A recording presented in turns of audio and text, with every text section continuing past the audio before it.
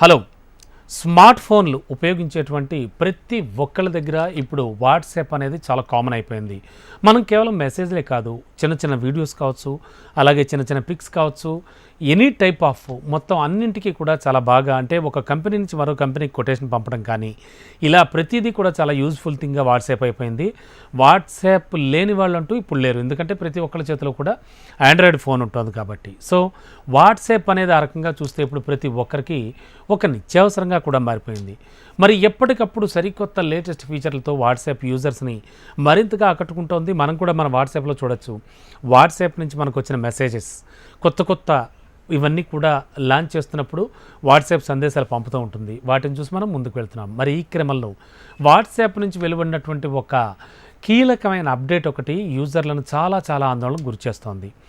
ఏమిటది? ఎందుకు ఆందోళనకు గురిచేస్తోంది? సాధారణంగా వాట్సాప్ చాలా చక్కటివే మనకు మెసేజ్ చేస్తూ ఉంటుంది కదా అనే డౌట్ రావచ్చు. ఎస్, ప్రముఖ సోషల్ మీడియా మెసేజింగ్ యాప్ అయినటువంటి వాట్సాప్ ఇకపై కొన్ని ఫోన్లలో పనిచేయదు. వాట్సాప్ నుంచి వచ్చినటువంటి బిగ్ అప్డేట్ దీంతో చాలామంది డీలా పడ్డారు, కంగు తిన్నారు. అయితే అవే పాత ఫోన్లు ఉపయోగిస్తూ ఉంటే కనుక ఈ అప్డేట్ అనేది మీకు కూడా వర్తిస్తుందని చెప్తోంది వాట్సాప్.